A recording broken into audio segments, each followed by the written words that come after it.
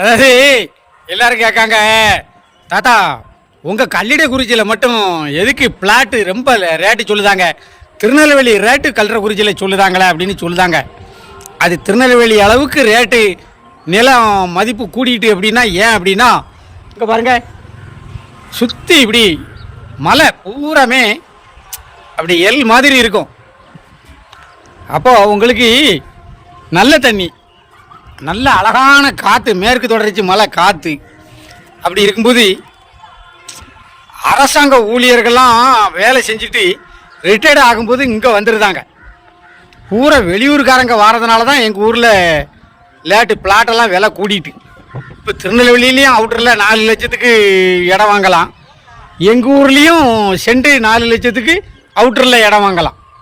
திருநெல்வேலியில் சிட்டிக்குள்ளே ஓரளவுக்கு நகரத்துக்குள்ளே ஒரு சென்ட் 10 லட்சம் 15 லட்சம் 20 லட்சம்னு சொல்லுதான். இதே எங்கள் கல்லிடைக்குறிச்சி நடு ஊருக்குள்ளேயும் அதே திருநெல்வேலி ரேட்டு தான். எதுக்கு அப்படின்னா வெளியூருக்காரங்க ரிட்டையர்ட் ஆன நேரம் இங்கே வந்து உட்காந்துட்டா அழகாக பென்ஷனை வாங்கி சாப்பிட்டுட்டு தாமிரபரணி தண்ணியில் குளிச்சுட்டு சர்ச்சுக்கு போகணும்னா சர்ச்சுக்கு போயிடுவாங்க கிறிஸ்தவர்கள், பள்ளிவாசலுக்கு போகணும்னா இஸ்லாமியர்கள் பள்ளிவாசலுக்கு போயிடுவாங்க. இந்துக்கள் நிறைய இந்து கோயில் இருக்குது.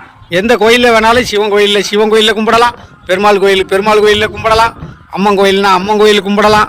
அப்படி எல்லா சமுதாயத்துக்காரங்களுக்கும் எல்லா மதத்துக்காரங்களுக்கும் கல்லிடைக்குறிச்சி ஒரு சிறப்பான ஊராக அமைஞ்சு போச்சு. அதனால தான் எங்கேயும் இல்லாத ரேட்டு பிளாட்டுகளுக்கு இங்கே விலை கூட. இந்த பக்கமெல்லாம் தெரியுத பிளாட்டெல்லாம் 4 லட்சம் சொல்லுதாங்க செண்டு. அப்படி தான் 30,000க்கு 25,000க்கு விற்றது தானே இவங்க வாங்கி போட்டிருக்காங்க. 10 வருஷம் ஆச்சு. என்ன சொல்லுதியோ இப்போ 5 சென்ட்டுனா 5 நாள் 20 லட்சம் ரூபா ஆச்சுலோ. இது 13 15 1,50,000 லட்சம் ரூபாய்க்கு தானே வாங்கினாங்க 10 வருஷத்துக்கு முன்ன.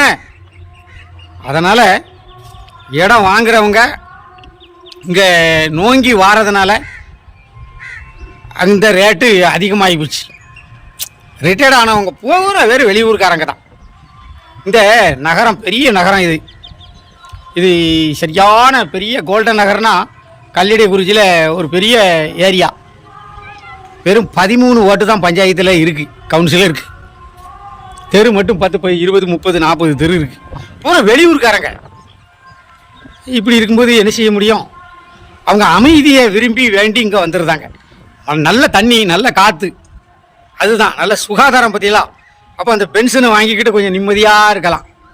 எல்லோரும் வெளியூர்காரங்க தான்.